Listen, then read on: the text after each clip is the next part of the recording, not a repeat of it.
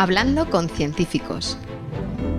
Un programa de cienciaes.com para divulgar los avances de la ciencia contados por sus protagonistas. Con Ángel Rodríguez Lozano. Hoy os invitamos a escuchar Huevos de dinosaurio. Hablamos con Miguel Moreno Azanza.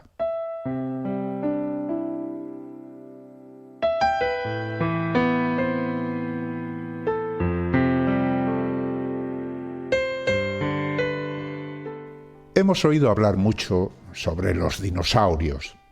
De muchos de ellos conocemos su forma, su tamaño e incluso su ferocidad, gracias a películas como Parque Jurásico. Sin embargo, raramente se nos presentan a estos animales prehistóricos como criaturas que ponían huevos. Unos huevos que algunas especies incubaban y protegían con una dedicación paternal. La mayoría de los restos fosilizados de huevos de dinosaurio que han llegado hasta nuestros días son simplemente fragmentos de cáscaras dejadas atrás después de la eclosión. Pero también se han descubierto huevos completos, algunos agrupados en nidos, que en casos extraordinarios pueden incluso contener embriones en su interior. Pero ¿cómo son esos huevos? ¿Qué forma y qué tamaño tienen? ¿A qué especies pertenecieron? ¿Qué nos revelan sobre los hábitos reproductivos de las criaturas que los depositaron? Esas son algunas de las preguntas que intentan responder científicos como Miguel Moreno Azanza, nuestro invitado en Hablando con Científicos. Miguel investiga un rico yacimiento de huevos y nidos de dinosaurio descubiertos en Loarre, en Huesca, y comparte hoy su conocimiento y experiencia con nosotros.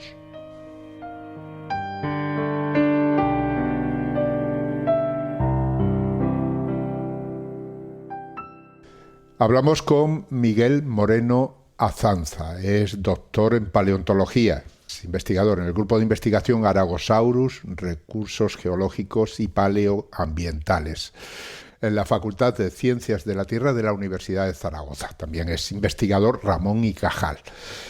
Le hemos llamado para hablar de huevos de dinosaurio, nada menos. Un saludo, muchas gracias por participar en Hablando con Científicos, Miguel. Hola Ángel, un honor, gracias a ti por invitarme. Bueno, vamos a hablar de huevos de dinosaurio, nada menos. Yo creo que debíamos empezar por el principio, ¿no? Los dinosaurios, está claro que algunos por lo menos ponían huevos. Bueno, en principio todos, porque lo que sabemos, o sea, no hemos encontrado los huevos de todas las especies de dinosaurios, obviamente, tenemos de unas pocas solo, pero los descendientes actuales de los dinosaurios, los parientes próximos más actuales de los dinosaurios que se extinguieron en el Mesozoico, son las aves, porque son dinosaurios, son sus descendientes, y sus antecesores están emparentados con los cocodrilos. Entonces, en paleontología aplicamos una regla que la llamamos la regla del paréntesis filogenético. Entonces, como tanto las aves como los cocodrilos ponen huevos, entendemos que todo lo que está en medio también pone huevos, en principio. Si no, es la hipótesis más parsimoniosa. Entonces, en principio, todos los dinosaurios deberían poner huevos. Bueno, nosotros estamos familiarizados con los huevos de gallina, ¿no? O sea, sabemos que su estructura, aparte de la forma, pues que tiene ahí una cubierta dura, calcárea, que dentro, pues cuando no están, lógicamente, cuando no hay un pollito dentro, pues lo que hay es su yema y su clara, en fin, una serie de cosas. Si nosotros tuviéramos delante un huevo de dinosaurio con lo que habéis podido ir averiguando, ¿sería parecido o sería distinto? Son bastante parecidos en el sentido, o sea, tienen esa cáscara dura, la mayoría tienen cáscara dura. Ahora, desde hace solo 2 años, sabemos que algunos dinosaurios tenían la cáscara no mineralizada, que tenían cáscara blanda, como puede ser la cáscara de una serpiente o sea, una cáscara blandita, ¿vale? Pero esto lo hemos descubierto, me parece fue 2021, salió el primer trabajo que demostró que algunos tenían una cáscara sin mineralizar. En general, todos los huevos de dinosaurio que hemos reconocido como tales, con esta excepción, tienen una cáscara dura, en algunos parecida a la de las aves y en otros un poquito diferente, en el sentido, los dinosaurios son un grupo muy, muy diverso, ¿vale? Ahora, actualmente existen 11.000 especies de aves o alguna cosa así, pero eso representa solo una parte de lo que fueron los dinosaurios. especies fósiles conoceremos unas 1500, 2000, pero son mucho más dispares. Entonces, eso se ve también en los huevos. Hay dinosaurios que tienen la cáscara mucho más porosa, dinosaurios que tienen la cáscara ornamentada con crestitas y bultitos, que no con protuberancias, dinosaurios que tienen los huevos de colores, que no con verde intenso, azul intenso. Entonces, son un poco distintos, pero yo creo que reconoceríamos un huevo. Y si lo cascaras, desde luego tendría clara y yema, como todos los huevos de los amniotas, que son este grande grupo que incluye dinosaurios, cocodrilos, tortugas. Pero estamos hablando de huevos que se pusieron como mínimo hace 65 millones de años, ¿no? Exacto, o sea, que, digamos, el tiempo juega un factor fundamental, ¿no? Claro. Si encuentras ahora un huevo fósil, lo que vas a ver es una piedra. En realidad, de hecho, cuando en los museos en los que estamos, que tenemos expuestos huevos de dinosaurio, la gente cuando los dice, ¿cómo distingues esto de una piedra? Pues la respuesta es viendo muchos, hasta que te haces el ojo. Luego no los confundes, ¿eh? Cuando una vez te acostumbras a ellos, está claro que son un huevo. Pero sí, al estar fosilizados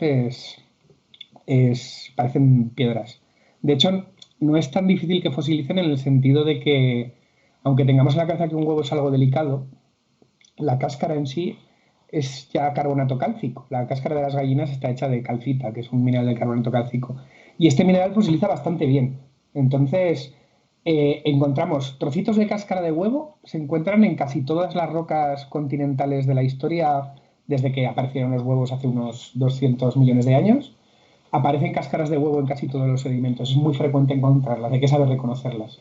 Huevos completos ya es más difícil porque normalmente siempre a mí me gusta decir que la función de un huevo es romperse para que nazca el bebé. Entonces, si un huevo no se ha roto, algo malo ha pasado. Entonces ya es más difícil encontrar huevos completos. Pero tengo entendido de todas formas que vosotros, bueno, cuando encontráis un huevo completo, bueno, completo dentro de lo posible, lógicamente después de tanto tiempo, incluso existen técnicas para saber si dentro había un embrión o no. Sí, es una de las cosas, es el sueño de todos los paleontólogos de huevos, es encontrar el pollito dentro.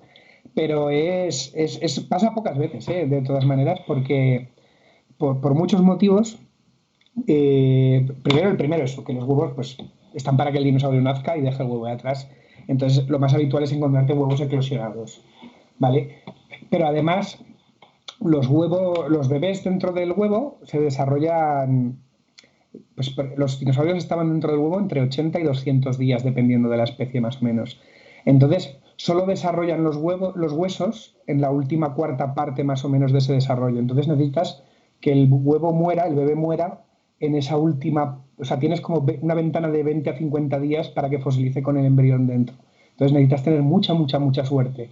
Hasta el punto de que conocemos embriones de unas 30, 40 especies de dinosaurios, probablemente solo. Entonces es muy poco. Pero cuando sí que están ahí, lo que hacemos hacemos radiografías, para que la gente entienda, los llevamos a un TAC, a un CT scan, parecido al del hospital, pero con más energía porque al final no tienes que preocuparte de matar al embrión, o sea, puedes ponerle toda la energía que quieras, y hacemos radiografías y reconstrucciones 3D para intentar ver los huesos. Y si da positivo, solemos ir a otra herramienta que son los sincrotrones, son aceleradores de partículas. En España hay alguno en Barcelona, el ALBA, pero ese no va muy bien para paleontología. Vamos normalmente a uno que está en Grenoble, en Francia, que al fin y al cabo lo que consigues es hacer como radiografías de muy alta energía que llegamos a ver hasta el cartílago de los huesos. Podemos ver los huesos que nos han acabado de formar. Y ahí es cuando sí que podemos reconstruir los embriones. Pero ya te digo que pasa muy pocas veces. Bueno, nosotros cuando tenemos un huevo, lógicamente suele ser de gallina, como mucho habremos visto por ahí, y en un caso excepcional uno de avestruz o de pato, es decir, especies hay muy relacionadas, pero claro, dinosaurios hay una variedad. Tú lo has dicho, ¿no? O sea, aparte del número de especies, la diversidad de tamaños, la diversidad de comportamientos, todas esas cosas, de alguna manera, pueden estar escondidas ahí en el huevo. Pero cuando uno tiene el huevo delante no sabe distinguir, por ejemplo, un huevo de un pato y una gallina, salvo que sea un experto, ¿no? Yo no lo soy. Claro, sí. Son difíciles de distinguir. Además pasa una cosa, cuando los expertos distinguen huevos de aves, por ejemplo, muchas veces se basan en los patrones de coloración, cómo son las manchas de colores de los huevos, si tienen manchas o rayitas o topitos de colores. Y eso fosiliza regular. Fosiliza, ahí sí que hay casos en el registro fósil que hemos conseguido preservar el color de los huesos e identificarlo utilizando técnicas de geoquímica, pero no es habitual poder identificarlo. Entonces es muy difícil concretar a la especie. Pero a nivel de familia, sí que la estructura de la cáscara es bastante conservadora, ¿vale? O sea, podemos llegar a saber qué tipo de ave puso el huevo. No vas o sea, puedes distinguir un huevo de rapaz de un huevo de un pingüino o un huevo de una gallina. Sí, a ese nivel, la forma, la histología del huevo, de la cáscara de huevo, la estructura cristalina que tiene la calcita que forma el huevo, sí que es diagnóstica, que nos gusta decir a nosotros. Entonces podemos atribuirlos. Lo mismo pasa con los dinosaurios. Vamos reconstruyendo el puzzle con esos poquitos embriones que te he contado o con las todavía menos madres embarazadas que hemos encontrado 2 o 3, o los padres, que pueden ser padres o madres, cuidando nidos. Vamos completando el puzzle y asignando tipos de huevo a tipos de dinosaurio y vamos arrastrando esa información y poniéndola en nuestros árboles filogenéticos, en nuestras genealogías de dinosaurios para intentar rellenando los huecos. Bueno, hay un factor que salta a la vista para nosotros cuando vemos un huevo de gallina y un huevo de avestruz, que obviamente es su tamaño, ¿no? También intervendrá eso a la hora de distinguir a lo mejor un tipo o una familia de dinosaurios y otros, ¿no? Puede ayudar, pero las aves son en proporción los animales que ponen los huevos más grandes en proporción al tamaño de la madre. Y esto ha sido a base de una presión evolutiva brutal por hacer pollitos más desarrollados. Las aves han sacrificado mucho para poner huevos muy grandes. El avestruz es un caso extremo de huevo grande, pero un huevo de gallina es muy grande en proporción a la gallina. Los huevos de dinosaurio son mucho más pequeños comparados con las madres. Por ejemplo, en el yacimiento que estamos trabajando ahora, en Loarre, en los Pirineos, las madres medirían unos 12 a 16 metros, o sea, un autobús de línea, para que te hagas una idea. Y los huevos están midiendo unos 14 centímetros de largo. Entonces, estamos hablando de varios órdenes de magnitud menos. Entonces, hay una serie de factores limitantes al tamaño que sí que es verdad. O sea, los animales más grandes tienden a poner huevos más grandes, pero llega un momento que no pueden seguir creciendo fundamentalmente por 2 cosas. Porque el huevo tiene que salir de la madre, entonces las cloacas y las caderas limitan el tamaño del orificio. Y luego, porque una cosa que igual no pensamos así a primera vista es que los huevos respiran, ¿vale? La cáscara de huevo está llena de agujeritos microscópicos, que eso si lo queréis ver alguna vez, un huevo muy fresco, meterlo en agua, que veréis que salen burbujitas. Eso es que el huevo tenía aire dentro y lo está expulsando, ¿vale? Entonces, el embrión respira durante su desarrollo, emite CO2, incorpora oxígeno, porque tiene que respirar, y si el huevo, o sea, como los huevos, imaginaros que el huevo es una esfera, cuando el volumen crece al cubo. No sé si os acordáis de la ecuación esta de 4/3 de pi r cubo del volumen de la esfera, pero la superficie de la cáscara crece al cuadrado, que es 4 pi r cuadrado. Entonces, llega un momento que no hay suficiente superficie para hacer la cáscara lo suficientemente porosa y que el embrión pueda seguir respirando. Entonces hay un tamaño máximo que puede alcanzar un huevo, que a veces hacen trampas. Hay huevos que son muy alargados para poder... Hay dinosaurios que ponen huevos que parecen supositorios gigantes, porque lo que están haciendo es incrementar la superficie de forma menos eficiente que una esfera, ¿vale? Haciendo más superficie, entonces alargan el huevo para conseguir más superficie, o que por lo menos la cabeza del pollito esté más cerca de la cáscara y pueda seguir respirando. O sea, sí que hay trampas para mejorar esta ecuación, pero están limitados, hasta el punto que los huevos más grandes que han existido nunca son los huevos del ave elefante, que mide 50 y pico centímetros. Si la busquéis una foto en internet, son huevos tremendamente grandes. Bueno, en el Museo de Ciencias Naturales de Madrid, por ejemplo, hay uno precioso, que estuve el otro día y lo vi. Son huevos muy, muy grandes y es el huevo en proporción más grande. Hay alguno de dinosaurio que es un poco más largo, pero no tiene más volumen. Entonces ese es el límite mayor. Bien, hablamos de huevos de dinosaurios, tú dices que tú los distingues rápidamente, lógicamente, por eso eres un experto, pero a lo mejor nosotros pasamos al lado de un nido, digamos, de dinosaurio y no sabemos distinguirlos porque están petrificados, lógicamente.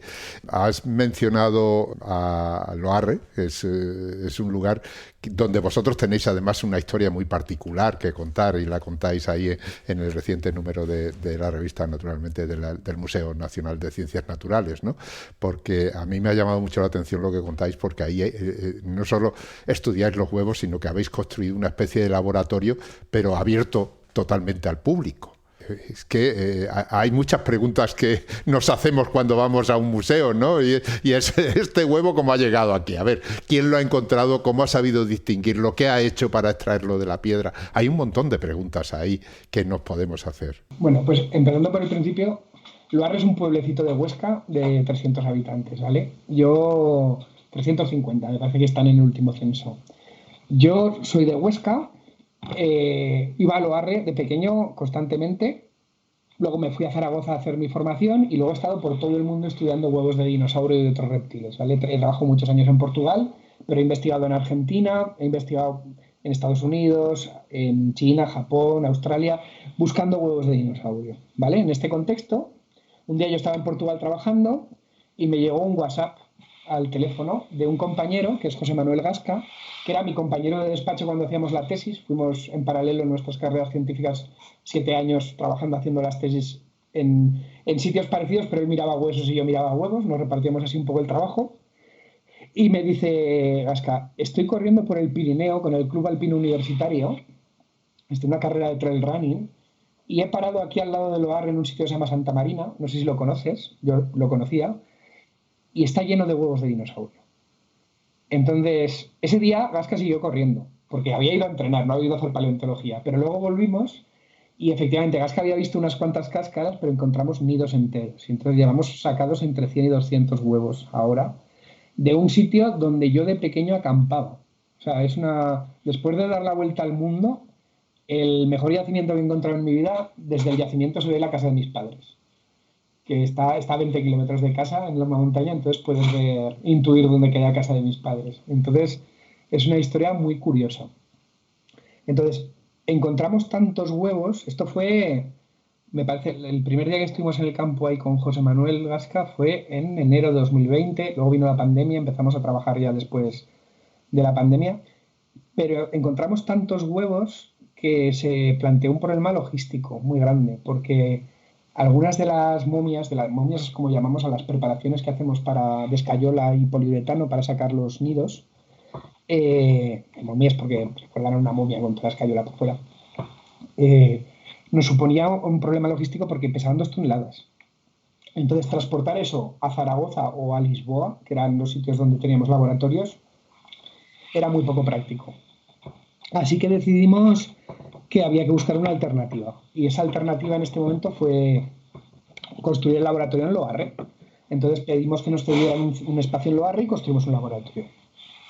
Pero al mismo tiempo yo tenía una frustración vital casi, y es que los paleontólogos, hay una cosa, es que es un poco difícil de explicar, pero la paleontología está súper ligada al territorio siempre, ¿vale? No, al fin y al cabo, la mayoría de los yacimientos paleontológicos se encuentran en zonas rurales, generalmente zonas despobladas, porque normalmente los afloramientos están en zonas donde hay roca expuesta, que es donde no hay cultivos, o sea, son zonas rurales en sitios donde vivir es complicado y duro, por decirlo de alguna manera. Entonces, tú llegas a ese sitio y encuentras un dinosaurio. Entonces, la gente del pueblo te ayuda muchísimo. Primero, por la curiosidad innata que tenemos todos los seres humanos, pero luego porque ven una posibilidad, sobre todo en Aragón, que es un sitio donde iniciativas como Dinópolis o el Museo Paleontológico de la Universidad de Zaragoza atraen tantos visitantes al año, ven que eso puede ser un revulsivo para el pueblo. Entonces se vuelcan contigo, te dejan sus tractores para sacar las momias en este caso, los chavales del pueblo vienen todos los días a merendar al yacimiento y acaban picando contigo y ayudándote. O sea, la gente se involucra a un nivel muy íntimo y al final tú te pegas ahí 40 días trabajando ayudado por toda la gente del pueblo, que todo el mundo o sea, la experiencia siempre es muy positiva. Pero luego los paleontólogos trabajamos muy despacio. O sea, al final, desde que tú extraes un fósil, el proceso de preparación puede llevar años. El proceso de conseguir financiación puede llevar años. El proceso de estudio puede llevar años. Y luego conseguir nuevamente financiación para montar un museo, un centro, para devolver ese patrimonio al sitio, al final puedes tener lo que llamamos un gap de estudio de 10-15 años. Entonces pasa mucho que cuando tú vuelves a devolver los fósiles al sitio, los niños ya no viven en el pueblo porque se han ido, la gente mayor que te ayudaba o te traía café al yacimiento se ha muerto, o siempre, bueno, a ver, es una anécdota, o sea, en un pueblo que trabajamos que encontramos un dinosaurio que aún no hemos podido publicar, se ha muerto un 66% de la población. O sea, eran 3 personas, queda una. Pero al final es muy triste verlo así, pero claro, toda esa gente nos estaba ayudando muchísimo y ya no va a ver los resultados. Entonces yo tenía, o sea, se genera como una sensación de que has robado el patrimonio, ¿sabes? Aunque no sea verdad, tú estás trabajando y te estás dejando los cuernos, generas esa mala imagen. Entonces yo no quería que esto pasara más y no quería que pasara en casa, no quería que pasara tan cerca de casa de mis padres. Entonces decidimos que ya que íbamos a abrir el laboratorio, íbamos a abrirlo de una forma en la cual comenzáramos a devolver ese patrimonio ya, desde el minuto cero. Entonces nos liamos la manta a la cabeza y abrimos este museo satélite del Museo de Zaragoza, porque obviamente al final es patrimonio del Gobierno de Aragón el que decide dónde van los fósiles y qué condiciones tienen que tener. Entonces no es decisión nuestra, pero conseguimos hacerlo a través del Museo de Zaragoza. Abrir una pequeña sala museística y un pequeño laboratorio donde nosotros trabajábamos, tenemos ahí nuestras oficinas, nuestros aparatos de preparación y a la vez ese pequeño museito y la gente puede entrar a vernos trabajar. Y es un modelo que funciona en otros sitios, que tú puedes en muchos, Dinópolis mismo, o el Museo de Luriñá en Portugal, o en muchos sitios tú puedes ver el laboratorio a través de un cristal. Sí, de hecho lo he comprobado en persona y claro, lo ve uno desde lejos a través de un cristal y aunque haya gente ahí trabajando, realmente no sabes lo que están haciendo. Exacto. Entonces nosotros hemos optado por romper ese cristal. Por varios motivos, ¿eh? Uno principal, te ahorras poner el cristal y los fondos no eran muy, o sea, teníamos dinero pero no teníamos muchísimo dinero, entonces ya solo ahorrarte 15-20 mil euros que puede costar un cristal de esos ya es una ayuda. Pero además, como los fósiles estos de huevos de dinosaurios son muy resistentes, no tienen unas necesidades de protección excesivas, entonces el público puede tocarlos, puede interactuar con ellos y puedes tener una relación más directa con el público. Entonces es una experiencia, está siendo muy chula por ambas partes, porque el visitante se lleva algo que no se espera en otros sitios. Igual muchas veces no sabe que va a poder hacer eso, pero ¿cuántas veces has podido entrar a un laboratorio, o sea, de verdad? O sea, que está lleno de polvo, te quiero decir, que estamos trabajando de verdad. Entonces paramos en ese momento por cuestiones de seguridad del laboratorio, pero nos ves trabajar de verdad y hablamos contigo y te explicamos lo que quieras, perdemos el tiempo y es verdad que igual es menos eficiente de nosotros, nos cuesta más trabajo porque hay días de verano que te pegas el día hablando y no has limpiado medio huevo, pero es súper gratificante. Y luego al final esto degenera en que la gente viene a ayudarte, gente que vuelve mucho al final se termina ayudándonos a preparar. Hay partes de la preparación que las puede hacer cualquiera, que son muchas veces, o sea, toda la tierra que sacamos de los nidos hay que revisarla por si tiene trocitos de cáscara y trocitos de hueso. Ese trabajo con un entrenamiento de 1 hora lo puede hacer cualquiera. Entonces, mucha gente viene de voluntaria a ayudarnos a estar, gente incluso del pueblo. Oye, que tengo 1 hora aquí muerta, ¿te puedo ayudar? Entonces, les ponemos esa tarea que a lo tonto pues va sumando horas y nos quita muchísimo trabajo. Entonces, es súper gratificante, la verdad, que es una pasada. Muy, muy interesante la experiencia, porque además cuando tú interactúas con algo, eso no se te olvida. Sí. Si vas simplemente mirando, pues vale, puedes ver 20.000 catedrales, pero al final se te mezclan las imágenes y no sabes qué catedral has visto o qué has visto en cuál, ¿no? Claro. Y lo mismo ocurre aquí en los museos, ¿no? Pero si tú lo has tenido un huevo de dinosaurio en la mano, ya te tiene que dar una sensación de estar viendo un tesoro, ¿no? Tener algo en tus manos que es un verdadero tesoro. Y yo creo que te da, por lo menos a mí, la sensación de realidad de que es verdad lo que estás tocando. O sea, te da un matiz de verdad que hace que la experiencia sea más importante y más trascendente. No es posible con todos. O sea, estamos ahora trabajando a ver qué tipos. Tenemos un proyecto financiado con fondos del Next Generation, de estos del Fondo de Resiliencia, para ver en qué condiciones se puede escalar este modelo de gestión. No está claro que valga para todos los yacimientos. Hay veces que hay yacimientos donde si sopla más viento del que... O sea, entra más aire en el laboratorio, el fósil se destruye. Entonces, no vale para todo. Pero cuando valga, la experiencia en general está siendo súper positiva. Y de momento, o sea, llevamos una monitorización de si esto está afectando al patrimonio paleontológico, si hay algún aspecto malo, y de momento no hemos tenido ningún problema. Entonces, no sé, estamos súper contentos, claro. La verdad. Y además eso es una nueva posibilidad para que ese pueblo no muera, ¿no? Exacto, porque sí. Hay gente que irá a verlo, gente que se queda, que quiere ayudar, pero que también tiene que comer y tiene que vivir. Las casas, imagino, que se podrán utilizar. Hay un montón de cosas alrededor de todo eso. Claro, al final es otro recurso. Mira, Loarre tiene una cosa, la gente igual le suena un poco, porque tiene el castillo románico más completo, mejor conservado del mundo, ¿vale? De Europa y del mundo. Es famoso porque salía en la peli del Reino de los Cielos, y es una de Orlando Bloom, y a nivel de España es donde estaba la cárcel del Ministerio del Tiempo. A la gente que se portaba mal la encerraban en Loarre en el 1071, ¿vale? No, 1069, no me acuerdo del año, pero vamos, por ahí. Pasan por ese castillo 110.000 visitantes al año, o 100.000, bueno, no sé. Pero el castillo está a 4 kilómetros de la entrada del pueblo. Entonces no tiene impacto real. Algunos se pierde, o si la cafetería del castillo está muy llena, algunos se acercan a la cafetería del pueblo, pero Loarre no tiene un impacto directo, no tiene todo el impacto posible que podría tener estando... O sea, toda la gente que viene de Barcelona, Madrid, Zaragoza, Huesca y todo, no pasa por Loarre para ir al castillo. Entonces, lo que hemos hecho nosotros ha sido abrir el laboratorio. Teníamos varias posibilidades de espacios que nos cedía el ayuntamiento y lo cogimos en el centro del pueblo. Porque así la gente, mientras le abrimos y nos echa un café. Entonces, creas que no... Mira, desde la pandemia Loarre se quedó sin bar.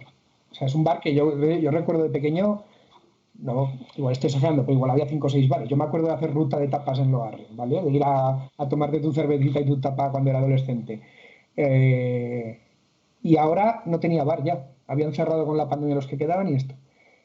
Desde que estamos nosotros, porque ya se ha recuperado todo y por ahí, o sea, cuando llegamos nosotros había abierto un bar del ayuntamiento, habían habilitado el centro social como bar, y ahora ha abierto un segundo bar. Entonces, no podemos decir que sea nuestra culpa, pero yo creo que algo hemos contribuido, porque de vez en cuando, pues mira, un autobús viene al pueblo y son 100 cafés más o 50 cafés más que sirve ese bar. Entonces, algo contribuimos.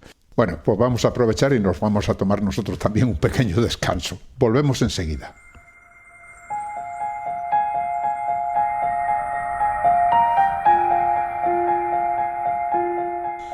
Estáis escuchando Hablando con Científicos, un podcast de cienciaes.com para divulgar la ciencia de la mano de sus protagonistas. En nuestra página web podéis encontrar más de 400 entrevistas con científicos de todas las disciplinas. Os invitamos a escucharlas y compartirlas en redes sociales con vuestros amigos y conocidos. Cienciaes.com ofrece un conjunto de podcasts de acceso libre y gratuito a través de iTunes, Spotify, Google Podcasts, iVoox, TuneIn y muchas más plataformas. Y Radio Cienciaes. Todo en cienciaes.com.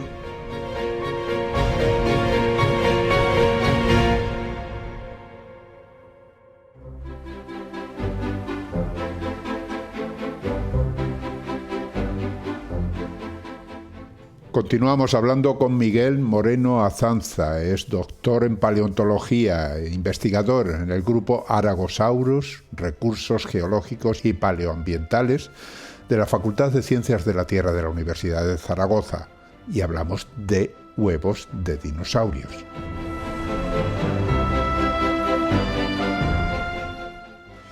Miguel, hablabas del yacimiento paleontológico de Loarre y dices que ahí habéis encontrado un conjunto de nidos. O sea, ya no hablamos de huevos, sino nidos. Esos nidos tendrán un tamaño, tendrán un número de huevos, es decir, ahí hay muchas cosas que cuando llegáis, primero, ¿cómo identificáis? ¿Esto es un nido? ¿Porque veis muchos huevos juntos o qué? Básicamente sí. O sea, lo que se veía al principio eran trocitos de cáscara sueltos por el suelo. Las cáscaras de estos dinosaurios tienen 3 milímetros de espesor, ¿vale? Serían como 3 veces más gruesas que las de un huevo de gallina. Entre 2 y 3 milímetros, algunas son más gruesas, pero lo normal es eso. Entonces tú ves trocitos de cáscara por el suelo, pero cuando vas limpiando y vas barriendo la superficie, vas quitando la tierra, algunas de estas cáscaras se disponen en círculos concéntricos. Entonces eso te da pista de que hay un huevo. Entonces cuando empezamos a excavar, vamos abriendo la roca. Está muy dura esa roca allá en Santa Marina. La verdad es que el trabajo es con martillo cincel y martillo neumático. Pero cuando vas abriendo la roca, al lado de un huevo empieza a salir otro huevo, empieza a salir otro huevo, empieza a salir otro huevo. Entonces tú ves muchos huevos agrupados. En la jerga no es exactamente un nido porque un nido implica que el animal ha construido una estructura de nidificación. Estos son agujeros donde han puesto los huevos, entonces nosotros lo llamamos puesta.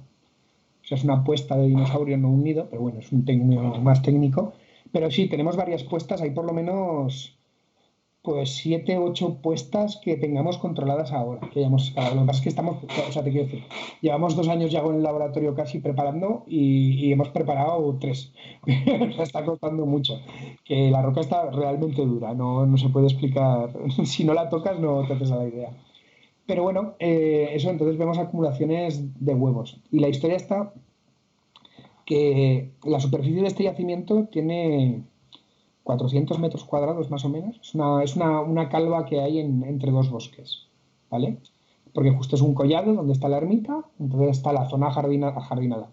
La cara sur que le da sombra tiene vegetación y la cara norte está pelada con aliagas y entonces ahí es donde están los huevos de dinosaurio. Y el nivel tiene como unos 3 metros de espesor. Entonces estamos hablando de dinosaurios que iban muchos años seguidos, durante miles o cientos de miles de años, a poner los huevos al mismo sitio. Pero como te he contado, ya nos pilló la pandemia cuando lo encontrábamos en medio y no sé qué, entonces nos dedicamos a leer toda la información porque nos sorprendía que nadie lo hubiera visto antes. Y Bernat Vila, que es un colega del Instituto Català de Paleontología, que también es experto en huevos de dinosaurio, me escribió diciendo, oye, he encontrado esto. Y me mandó una tesis de un francés que se llama Pierre Souquet, que es una tesis sobre la geología del Pirineo, son 1100 páginas de tesis. El mérito de Bernat es que hay un párrafo, solo un párrafo, en esa tesis de 1100 páginas, donde dice, por cierto, en el pantano de la Peña, que es un pantano que hay a 8 kilómetros de Loarre, hay huevos de dinosaurio. Así, en las facias rojas del pantano hay huevos de dinosaurio. Entonces fue, muy bien, porque son las facies rojas que tienen huevos de dinosaurio, pero nosotros no estamos en el pantano de la Peña. ¿Qué está pasando aquí? Entonces cuando pudimos nos acercamos allí y efectivamente, bastante colgados en la pared, en una zona un poco accesible, hay huevos de dinosaurio. ¿Qué pasa? Que eso está a 8 kilómetros del yacimiento. Entonces hemos empezado a mirar el camino de en medio y al final hay una banda de 14 kilómetros con huevos de dinosaurio. 14 ¿vale? kilómetros. Los 14 kilómetros. No en todos los sitios hay huevos también conservados, entonces hay trocitos de cáscara, o sea, va cambiando, estamos trabajando todavía en aclararnos, pero en algunos sitios sí que vuelve a haber nidos completos. Entonces, es un afloramiento mucho más extenso de lo que creíamos. Y de hecho está pasando una cosa súper chula, y es que la gente de Loarre viene al museo bastante a menudo, y entre ellos Julián Lanao, que es el vecino de enfrente del museo, vino una vez con su nieto y se quedó con cómo eran los huevos de dinosaurio. Les echó el ojo y los reconoció. Y luego en una de sus andadas por el monte encontró nidos de huevos de dinosaurio en otro sitio. Entonces fuimos para allá, nos llamó y dijo, oye, venid aquí. O sea, si estáis en el museo os voy a recoger ahora y os subo aquí. Entonces nos subimos con él a un monte y efectivamente este año hemos estado excavando en el yacimiento que encontró Julián porque eran huevos parecidos pero con algunas condiciones distintas, o sea, nos interesa también sacarlo. Entonces estas sinergias con la gente del pueblo están haciendo muy interesantes. Otro factor añadido. Sí, claro. Además os ayuda a encontrarlos, ¿no? A encontrar yacimientos nuevos. Hablamos de nidos. ¿Qué tamaño tiene un nido? ¿Qué tamaño tienen los huevos? Descríbelo un poquito. Mira, los huevos son más o menos pseudoesféricos, ¿vale? Tendrán 14 centímetros de largo por 13 o 11 de ancho, ¿vale? Son un poquito ovalados. Y pues eso, pues el tamaño, pues parecido a un huevo de avestruz, el tamaño, un poquito más grande es igual. Y luego, en los nidos, el nido que más huevos hemos encontrado nosotros de momento tiene unos 17, pero en Lleida hay un nido parecido que tiene hasta 28 huevos. Son muy grandes.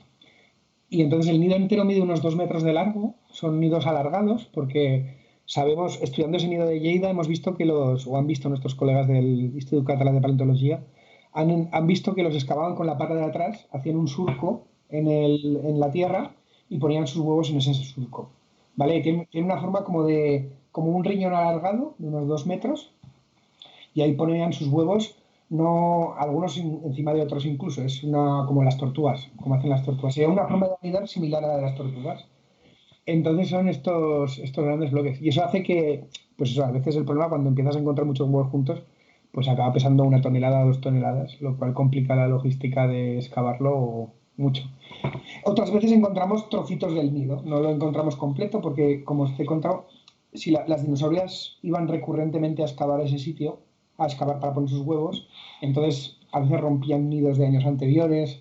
Luego, además, al estar en los Pirineos, el mismo regalo de la madre tierra, que le decimos, esos huevos los vemos porque el Pirineo se ha levantado y esas rocas que en algún momento han estado a 2.000 metros de profundidad, las sierras exteriores, que es como se llama esa sierra, las han levantado y ahora están en lo alto de una montaña. Ajá. Pero a cambio ha dejado los huevos un poco aplastaditos. O sea, tienen fracturas, fallas. Claro. Un compañero está estudiando para entender mejor la deformación del propio Pirineo viendo los ejes de deformación de los huevos. O sea, que se pueden utilizar, como sabemos cómo era el huevo cuando no estaba deformado, puede estudiar que los procesos de deformación que han tenido para interpretar esos pliegues del Pirineo. O sea, que pueden sacarse cosas muy raras. Entonces, eso, a veces no están completos los nidos, entonces tenemos cosas más manejables de 1 docena de huevos o 7 huevos. O sea, ¿son todos los nidos con huevos parecidos o iguales como si fueran de la misma especie o hay mezcla? Sospechamos que es la misma especie casi todos en estos niveles. Hay alguna diferencia entre los más antiguos y los más modernos, pero muy pequeña, o sea que igual no podemos decir que sean especies distintas, pero igual, como te he dicho, al final los huevos los ponen, o sea, a nivel de familia son muy parecidos. Entonces igual eran 2 especies emparentadas que llevaban juntos, pero no lo tenemos seguro. En principio todo se asigna... La clasificación de los huevos lleva una clasificación paralela a la biológica, que se llaman parataxones, ¿vale? Entonces todo se llama Megalolitus sirugei, es la O especie, que sería la especie de huevo. Entonces todo en principio es Megalolitus sirugei en cuanto a huevos completos. Cuando tamizamos la tierra, sí que estamos encontrando huevos de distintas especies. Hemos encontrado huevos de cocodrilo, hemos encontrado huevos de dinosaurios carnívoros, de tipo trodóntido, es una especie que se llama Pseudoecolitus, un nuevo género, que sería un dinosaurio carnívoro de pequeño tamaño. Pero no hemos encontrado los nidos enteros. En algún sitio tienen que estar, pero solo llegan trocitos de cáscara, entonces tenemos que seguir buscando. Bueno, tienes 14 kilómetros, ¿no? Para sí, buscar. Sí, ahí estarán. Eso no es... En algún sitio estarán.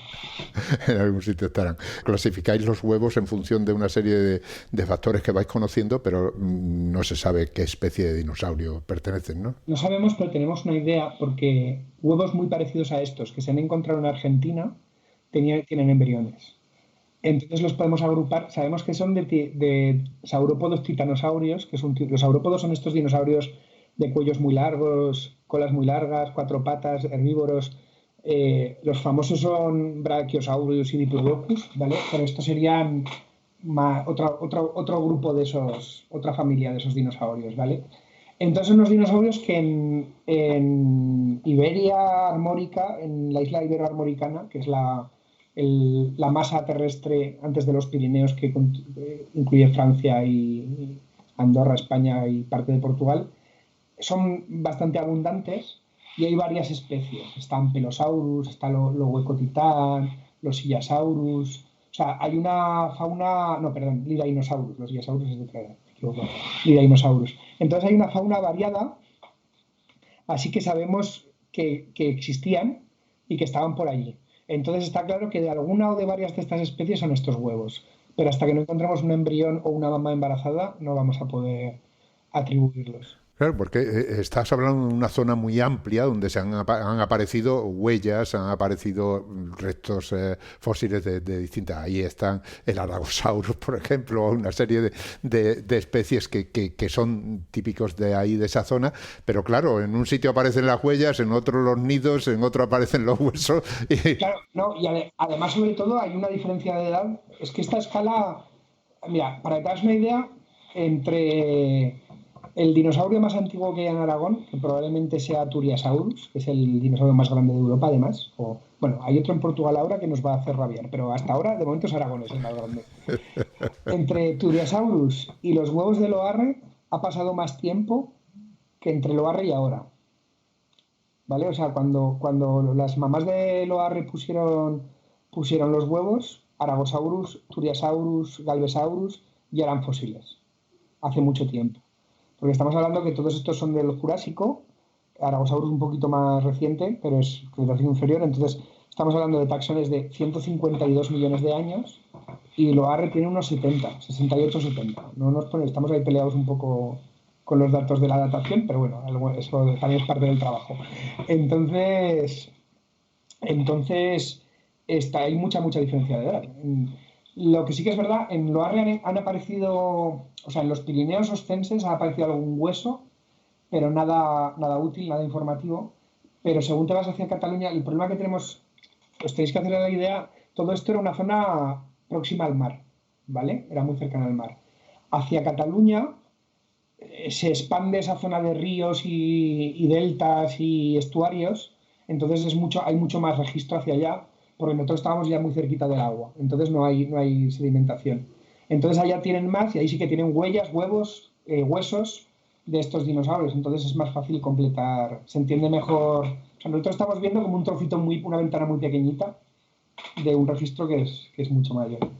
Pero eso, o sea, hay que considerar, pues todos estos que te he dicho, el Ankylosaurus, que es francés, Lohuecotitán, que es de Cuenca, y Lidinosaurus, que es de Burgos y el País Vasco, todos estos sí que serían candidatos posibles porque más o menos rondan esa edad de los 70 millones de años. Entonces, uno de ellos es el papá y la mamá de los huevos de Loarre, pero nos tocará ir escaneando huevos poco a poco a ver si alguno tiene sorpresa. Claro, mirar el interior de cada huevo, eso cuesta un ídem, ¿no? Sí, claro. O sea, no es... O sea, primero, no todos los huevos tienen buen aspecto para llevarlos a escanear. Un escáner de estos que te he contado al principio, en la primera fase para ver si hay alguna evidencia, que no es la más... Lo ideal sería llevarlos todos al sincrotrón. Pero un escáner normal cuesta, no sé, por 70, 80 euros te puedes hacer una idea de si hay algo dentro. Pero un viaje de sincrotrón, el turno vale 10.000 euros. Entonces, no los podemos pagar, entonces hay que pedir becas y solo te las dan si están muy seguros de que vas a tener. Entonces hay que ir muy seguro allá. Y ya te he dicho que es muy difícil, o sea, es muy complicado que haya embriones, pero bueno, el Loarre tiene algunas cosas que nos te hacen pensar. La fosilización es un poco distinta a los huevos catalanes y a los huevos que hay en Francia también, entonces por lo menos no tenemos las mismas condiciones, a ellos nunca han encontrado embriones, igual nosotros tenemos más suerte. Pero cuando uno de estos huevos no aparece entero, sino que aparece partido porque se ha rajado la roca o algo parecido, no porque se rompiera en vida, sino posterior, ¿ahí se podría distinguir que dentro hay algo? Si estaba a punto de nacer, sí. Si estaba a punto de nacer, sí, pero tendría que estar muy... Estos dinosaurios crecen tan rápido, en 10 años van a llegar a esos metros. Van a pasar de medir 15 centímetros a medir 12 metros, ¿vale? O 16. Entonces, crecen tan rápido que su estrategia es hacer... Los huesos no están muy formados. Lo único que fosiliza, o sea, que se osifica rápido es la cabeza, porque son auténticas máquinas de masticar y digerir, ¿vale? Entonces, lo que pasa es que a la vez es muy delicada. Estos dinosaurios están emparentados con las aves y a pesar de que los imaginemos tan grandes, tienen los huesos casi igual de delicados que los de las aves. ¿vale? Son huesos muy huecos, llenos de... O sea, el sistema respiratorio de los dinosaurios y las aves está por dentro de los huesos, que tiene una serie de sacos aéreos. Entonces, es muy difícil que fosilicen. Entonces, verlos a simple vista a veces pasa, pero son las menos. Pero bueno, ya te digo que tenemos muchos Kinder sorpresa para ir abriendo. En alguno, yo confío que de aquí a 5 o 6 años me volverás a entrevistar y te contaré algo chulo. Pero de momento hay que trabajar. Muy bien. Bueno, hemos hablado de nidos. Ya has mencionado que parece ser que los dinosaurios soltaban ahí los huevos y se olvidaban de ello como hacen las tortugas, ¿no? Pero ¿existen dinosaurios que empollaran sus huevos como puede hacer una gallina? Sí, parecido por lo menos. O sea, estos dinosaurios, claro, cuando eres un animal que pesa, pues no sé, de 3 a 10 toneladas, no puedes sentarte encima del nido. Entonces lo más normal es que los abandonaran. Y es lo que parece porque, de hecho, los yacimientos de huellas que hay de este tipo de dinosaurios, de los saurópodos, sueles verlas como clasificadas por tamaños. O sea, van en quintas. Entonces parece que todos nacían a la vez y se mantenían hasta la etapa adulta juntos. Entonces ves manadas de adolescentes, ¿vale? O sea que se mantiene eso, pues de los 28 huevos nacerían 15 pollitos, pues esos 15 pollitos vivían juntos intentando... su principal protección era ser muy grandes para que nadie se los pudiera comer, ¿vale? Entonces hasta que crecían parece que el grupo les daba esa seguridad. Entonces vivían en manadas. Pero esos grupos iban con alguna pisada un poco más grande que podía ser sus padres. Normalmente no. Hay algún sitio que sí, pero en los que se han encontrado en los Pirineos, por ejemplo, no. Están solo por la quinta. Entonces no hay cuidado parental en este sentido. Pero a cambio sí que hay otros dinosaurios, como puede ser Troodon, que es un dinosaurio norteamericano, que se han encontrado nidos construidos con huesos del padre, además son padres, curiosamente, relacionados con los huevos. Entonces se interpreta que había por lo menos incubación o por lo menos protección del nido. Hay discusión, hay una serie de trabajos muy chulos calculando, porque una de las cosas que hacen los pájaros, las plumas de los pájaros son muy aislantes. De hecho, su principal función es que el pájaro no pierda calor. Pero eso funciona al revés. Un pájaro no puede incubar los huevos con las plumas. Entonces lo que hacen es, se despellejan, se quitan con el pico las plumas y hacen lo que se llama un parche de incubación, donde no tienen plumas y con eso tocan los huevos y les transmiten calor. Entonces, cuando se han visto dinosaurios encima de los nidos, parece que no están los huevos en la zona, o sea, los tienen alrededor más que, de hecho dejan un hueco en medio del nido para sentarse ellos. Entonces, esto pasa mucho con Oviraptor, Fittipaldi, que son dinosaurios oviraptoridos que incuban los huevos. Entonces parece ser que estaban más protegiéndolos que incubándolos, aunque hay estudios que dicen que sí que transmitían cierto calor, o sea que algo podían llegar a transmitir, aunque el nido estuviera incluso enterrado, pero se pondrían encima y algo de calor les transmitirían. Entonces sí que parece que hay cierto cuidado parental en estas especies, otras no. De hecho, hay una historia. Hay 2 dinosaurios mal nombrados, por decirlo de alguna manera. El primero es Oviraptor, que es el ladrón de huevos, que quiere decir que tiene una maldición desde que lo encontraron en los años 20 en la primera expedición al Gobi del Museo de Historia Natural de Nueva York. Encontraron un dinosaurio en principio carnívoro encima de los huevos y pensaron que lo estaba robando para comérselos. Era un padre que estaba incubando los nidos. Luego hemos encontrado muchos más, o sea, era el mejor papa del mundo. O sea, en lugar de Oviraptor tendría que haberse llamado Oviprotector, ¿no? Sí, exacto.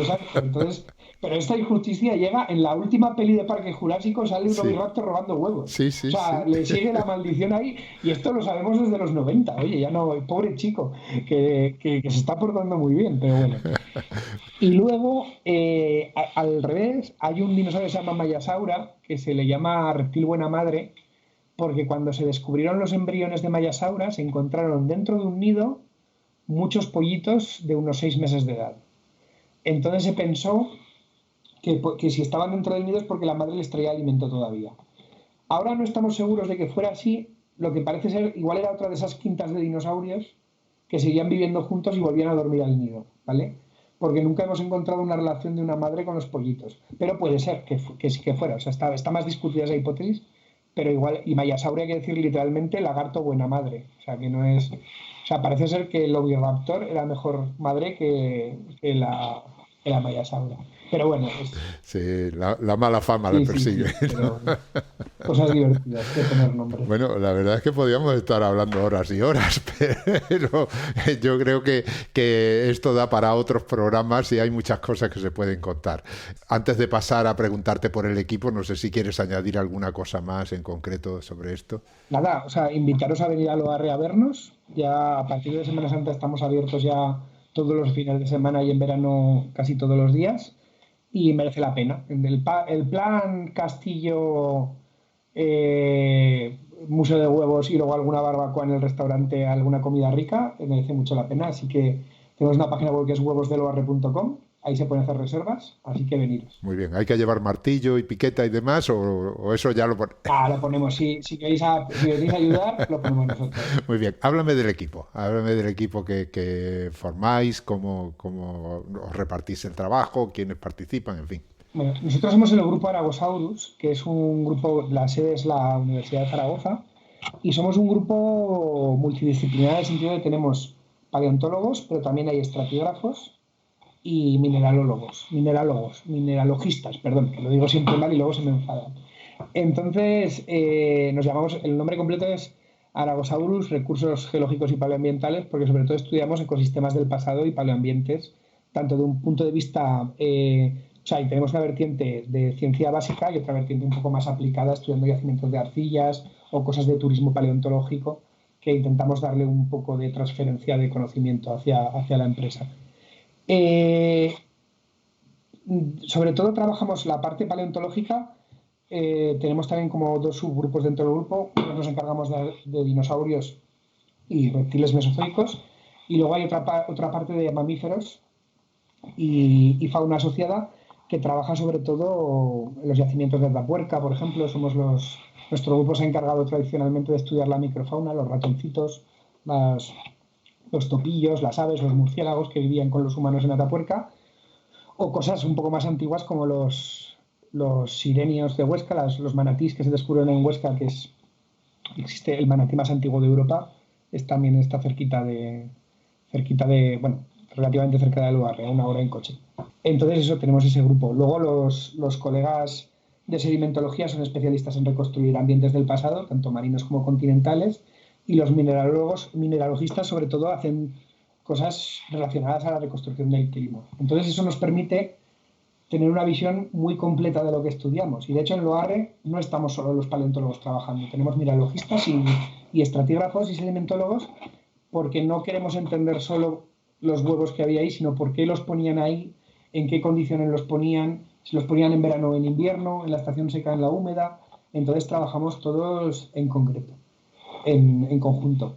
Y eso, tenemos muchas líneas de investigación, pues sobre todo dinosaurios, reptiles marinos y estos mamíferos que te he contado, pero también estamos trabajando en reconstruir las plataformas carbonatadas del Jurásico de Teruel, o ver cómo cambió el clima a lo largo del Cretácico. Es un grupo grande, estamos unos 18 investigadores y está liderado por Beatriz Bádenas y José Ignacio Canudo, y eso es un grupo muy activo, la verdad, estamos muy contentos.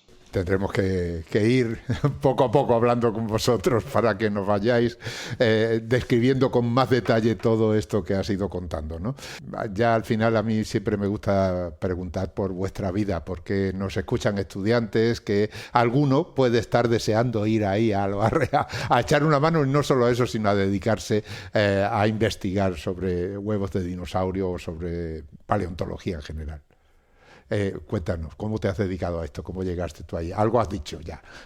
A ver, personalmente yo desde pequeñito, con 2 años me caí en el parque jugando y me caí encima de un estegosaurio de plástico, y desde entonces he querido que me... O sea, yo soy de antes del Parque Jurásico, ¿vale? Soy de la generación anterior. O sea, desde pequeñito me han gustado los dinosaurios. Que para hacer paleontología tienes 2 caminos. Puedes ir por biología o por geología. Las dos... La paleontología es una disciplina mixta entre las dos, entonces los 2 caminos son perfectamente válidos, yo soy geólogo profesionalmente, a mí siempre me ha sido más fácil dar el salto. Me parece que es más fácil aprender la parte biológica por tu cuenta que aprender la parte geológica por tu cuenta, porque al final la geología es una disciplina que requiere muchas horas de campo, te tiene que cambiar un poco, tienes que reestructurar la cabeza, más que nada porque nos pegamos la vida estudiando biología en el instituto y la geología queda arrinconada en un rato. Entonces yo recomiendo ir por geología, pero si te gusta la biología, al final los biólogos son súper útiles y muchos de los paleontólogos más importantes de España o del mundo son biólogos. No tiene nada, no se puede ir por los dos sitios. Y luego ya cuando acabas el grado, pues tienes que hacer un máster, que ahora aprovecho y hago publicidad. A partir del año que viene vamos a iniciar un máster de paleontología, que es en España hay muy poquitos, hay un par de ellos, pero nosotros vamos a hacer un máster de paleontología un poquito diferente en Zaragoza, pensando tanto en la paleontología científica de investigación como en la paleontología más aplicada, gestión de patrimonio, prospección de petrolífera, que también se hace a través de la paleontología. O sea, tenemos una serie de ramas más aplicadas. Entonces, abre la matriculación en nada. O sea, estaban haciendo los últimos papeles hoy, o sea que en breve, si alguien ha acabado el grado y está pensando en hacer un máster, es el momento. Y luego hay que hacer un doctorado. En ese caso es la mejor forma. Si te vas a dedicar a la parte de investigación, yo hice mi doctorado en Zaragoza y luego te toca irte por el mundo. Eso es una cosa, es imprescindible. La paleontología te tiene que gustar viajar. Yo siempre les digo cuando voy a un cole de niños, siempre les digo que las cosas que para ser paleontólogo te tiene que gustar viajar, salir al campo, mancharte de tierra y pintar y dibujar, porque son las cosas que al final estamos haciendo constantemente. Entonces es una forma de ganarte a todos los niños de la clase, porque a todos les gusta mancharse de tierra y dibujar. Eso está Así claro. que no hay mucho problema. Pero bueno, es una carrera súper bonita.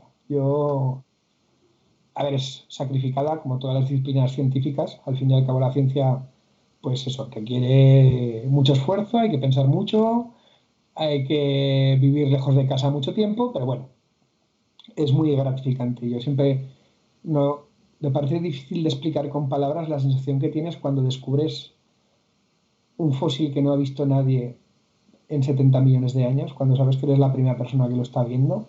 Esa sensación de descubrimiento es espectacular. Entonces, no se puede medir con palabras. La verdad es que el atractivo que tiene tener un fósil en las manos, yo tengo una anécdota muy reciente, pues yo tengo una pequeña colección de minerales y demás que tengo aquí en casa y la hija de un amigo mío que cumplió 9 años, le pregunté, bueno, ¿y qué quieres que te regale? Y me dijo un fósil. Abrí mucho los ojos, así que me fui a mi colección y dije, toma, un fósil. Bueno, la niña está encantadísima con su fósil. Aquí en Aragón tenemos en Aragón los fósiles son públicos y no se pueden regalar. Es una cosa, tengo que aprovechar y meter la cuñita. No se pueden recoger fósiles sin permisos, es el problema. Pero si vienes con nosotros, con la gente del OARRE, puedes recoger todos los fósiles que quieras y acabar en un museo. O sea que genial. Pero sí, la verdad es que es un mundo apasionante y reconstruir cómo era el pasado, esa ventana al pasado. Aparte de que a mí me ayuda a ponerme en mi sitio, porque cada vez que pienso que soy más listo de la cuenta o mejor de la cuenta, pienso en lo que molaban los dinosaurios y están extintos. O sea que esa perspectiva... Eso ayuda a comprender, a ser realista, ¿no? Exacto. No sé, yo creo que tanto la astronomía como la paleontología son las dos disciplinas que te ponen en tu sitio y te enseñan que eres una mota de polvo y que lo que hay que hacer es disfrutar, curiosear, aprender y pasarlo bien, porque es irrelevante todo lo demás. O sea, no... Bueno, pues nosotros lo hemos pasado muy bien, yo lo he pasado muy bien escuchándote y yo creo que todos los que nos escuchan en este momento les va a pasar lo mismo y sobre todo nos entran ganas de saber más y de visitar Loarre, que evidentemente has vendido la historia de tal manera que yo creo que es imprescindible hacerle una visita. Bueno, pues estaremos ahí con los brazos abiertos y las herramientas preparadas para que nos echéis una mano Así que cuando queráis. De acuerdo, pues hemos hablado con Miguel Moreno Azanza. Hemos dicho que es doctor en paleontología, investigador del grupo Aragosaurus, recursos geológicos y paleoambientales en la Facultad de Ciencias de la Tierra de la Universidad de Zaragoza. Muchísimas gracias, Miguel. Un abrazo y adelante con esas investigaciones. Muchísimas gracias, Ángel. A ti. Y como siempre, antes de despedirnos, tengo que recordaros que Hablando con Científicos y el resto de los podcasts de cienciaes.com son posibles gracias a vuestras donaciones. Es nuestra única fuente de ingresos. Así que, si escuchas nuestros programas, si te gustan y todavía no te has unido al grupo de mecenas, ánimo, únete. Visita cienciaes.com, pulsa el botón de donar y elige cualquiera de las opciones que ahí se ofrecen. Gracias por escucharnos y por compartir con nosotros la ilusión por la ciencia.